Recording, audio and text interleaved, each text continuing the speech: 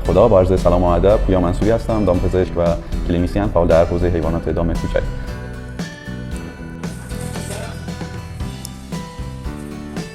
کسی که امروز به ما مراجعه کرده یک گربه تصادفی است.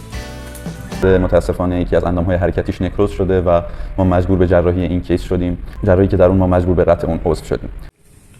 یکی از سوالاتی که همیشه از ما دامپزشک‌ها پرسیده میشه این هست که آیا گربه‌ها و سگ‌ها میتونن با 3 تا از اندام‌های حرکتیشون به زندگی ادامه بدن؟ جواب این سوال بله هست. وقتی که یک اندامی دیگه استفاده‌ای برای بدن نداره و منبعی برای پخش عفونت هست، ما مجبوریم که اون اندام رو از بدن جدا کنیم. کسی هم که امروز به ما مراجعه کرده از این قاعده مستثنا نیست.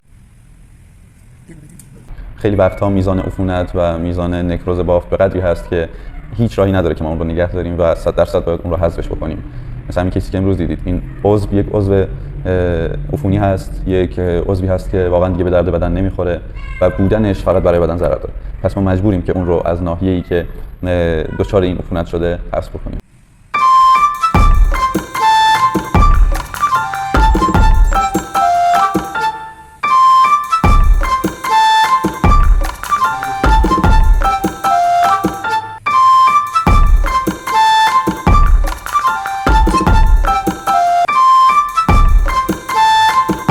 داریم کم کم آماده میشیم که جراحی رو برای این کیس آغاز بکنیم. متاسفانه یک واقعیتی که هست، ما حیوانات خیابونی رو خیلی دیر پیدا میکنیم. یعنی میبینید تصادف میکنن و ما بعد از 10 روز اونها رو پیدا میکنیم و این 10 روز بعداً دچار عفونت میشه، دچار کمخونی میشه، دچار خیلی از اتفاقات دیگه میشه. برای همین جراحی این کیس ها جراحی های پر ریسکی هست. براش دعا بکنید. جراحی یک جراحی 2-3 ساعته هست. امیدواریم که بتونه از عمل جون سالم به در ببره.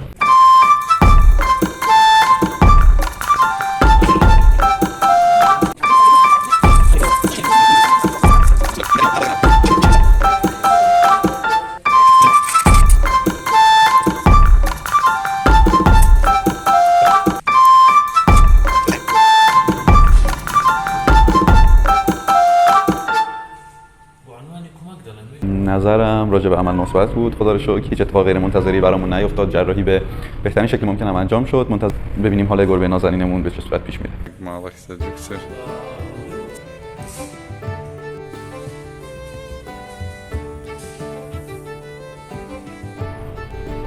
بله، بعد از 3 روز گربه ای رو که ما جراحی کرده بودیم اسمش رو گذاشتیم تغرل. تغرل یک گربه خیلی عصبی هست، متاسفانه خیلی اذیت شده، خیلی حالا از سمت ما آدما که به اون شرایط در اومده بود و ما مجبور شدیم که دستش رو قطع بکنیم.